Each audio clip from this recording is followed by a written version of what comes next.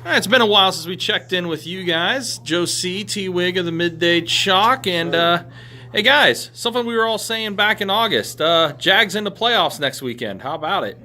Well, I was fired up at first until this past Sunday, which gave me a little bit of concern. I still think the old adage applies here. They're not as good as you probably think they are, and they're not as bad as you probably think they are. They were pretty bad this past week, gave up way too many points, had points off of turnovers. But I think Doug Marrone's going to say very simply, hey, that's what it feels like to lose. That's a taste of the bad. Let's turn this around. Let's go kick some Titans' butt, and let's get ready for the postseason. I think it's a good wake-up call. Never really good to lose, but you can take something good out of losing. And here's the good thing, T-Wigg. This entire season, one thing the Jags have not done, they have not lost 2 games in a row this year. No, they haven't. And, to get good when you're historically bad, sometimes it takes baby steps. What happened is, with the number 1 defense and being 10-4, before last week's game, I kind of think people got ahead of themselves, and I'm probably one of those folks. There's another step you have to take, and that step is when you play a football team that you are better than, you have to beat them every single time. Maybe once every couple of years you stub your toe, kind of like New England does against Miami.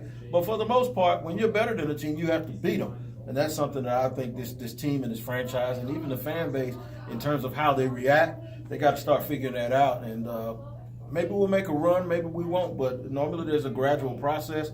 This team went from this to that in one season.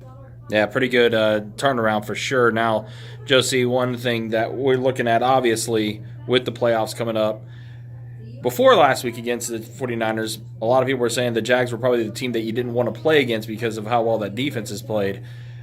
But Garoppolo kind of showed something where the Jags defense kind of struggled against quarterbacks who do get rid of the ball quickly, and there's going to be a few of those in the playoffs this year for the Jags. I've been talking about it since the New York Jets game. Josh McCown, of all people, Josh McCown.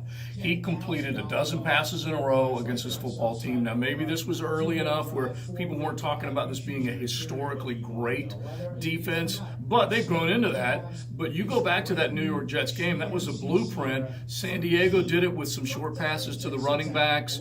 Blaine Gabbert did it in Arizona with short throws, quick 3- and 5-step drops, get the ball out. What does it do? Well, it doesn't allow that cover corner to lock up necessarily on a guy, and it doesn't allow the pass rush to get to the quarterback as quickly.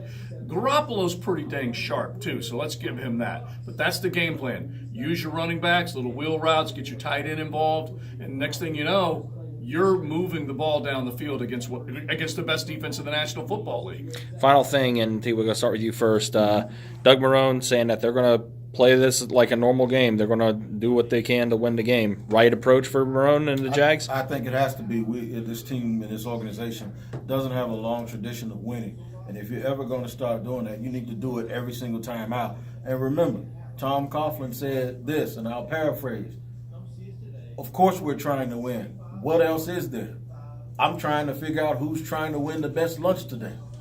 I don't think you can have that as your calling card and then strategically decide that you're not going to always go out and try to play that way.